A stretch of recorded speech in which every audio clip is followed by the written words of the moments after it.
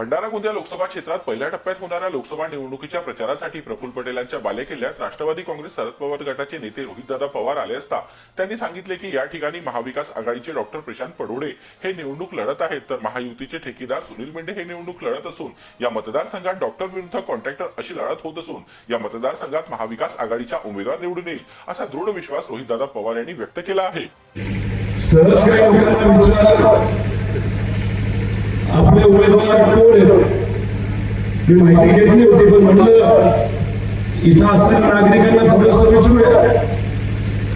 त्यांनी सांगितलं एकदम देव माणूस डॉक्टर प्रशांत पडोळे असं त्यांचं नाव आहे.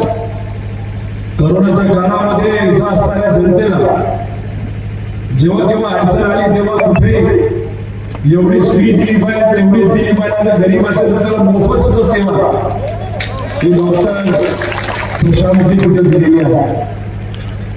त्याच्याबरोबर त्यांचं बॅकग्राऊंड जर आपण बघितलं तर त्यांच्या वडिलांचं कार्य या भागामध्ये खूप मोठं होतं. सामाजिक क्षेत्रामध्ये त्यांचं काम, सहकार क्षेत्रामध्ये त्यांचं काम, शैक्षणिक क्षेत्रामध्ये काम त्यांचं मोठं होतं. पण त्यांनी मला सांगितलं इथं जी लढत आहे ती ठेकेदार विरुद्ध डॉक्टर अशी आहे.